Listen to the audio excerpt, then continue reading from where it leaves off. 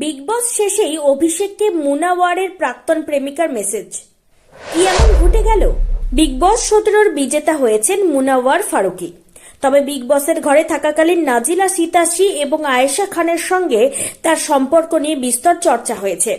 তবে শো শেষ হওয়ার মুনাওয়ারের প্রাক্তন প্রেমিকা নাজিলা নাকি বিগ বসের আর এক প্রতিযোগী অভিষেক কুমারকে মেসেজ পাঠিয়েছেন, এমনটাই দাবি করেছেন খোদ অভিষেক।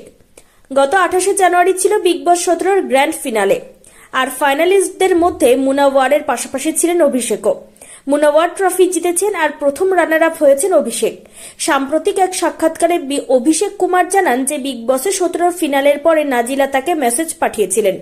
অভিষেকের কথায়, নাজিলা আমায় মেসেজ করেছিলেন, তার সমর্থনে কথা বলার জন্য আমায় ধন্যবাদ জানান।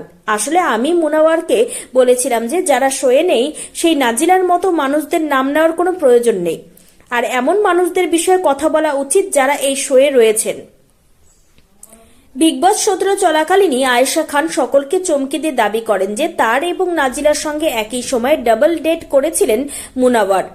পরে অবশ্য নাজিলা একটি ভিডিও বিবৃতি জারি করে জানান যে আয়েশার সঙ্গে মুনাওয়ারের সম্পর্ক রয়েছে, সেটা তিনি জানতেন না। এমনকি আয়েশাও সাফ জানিয়ে দেন যে ওই স্ট্যান্ড আপ কমেডিয়ানের সঙ্গে তার আজ আর কোনো যোগাযোগ নেই।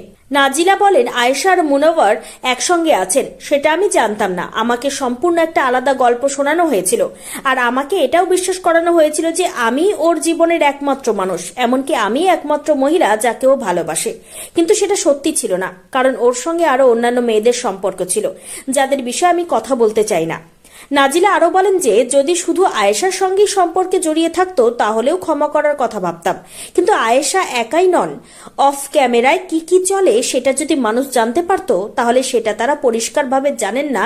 আর আমি চাই মানুষ এই সবের উপর নজর রাখা বন্ধ করুক। আর আজকের পর্ব দেখার পরে তো মুনাওয়ারের সঙ্গে কোনো রকম যোগাযোগ রাখার প্রশ্নই ওঠে না। পরে আরও একটি পর্বে আয়েশা মুনাওয়ারের বিরুদ্ধে আরও গুরুতর অভিযোগ এনেছিলেন, এমনকি দাবি করেছিলেন যে বিগ বস 17 প্রবেশ করার আগে এক সোশ্যাল মিডিয়া ইনফ্লুয়েন্সারকে বৈবাহিক প্রস্তাব দিয়েছিলেন ওই কমেডিয়ান।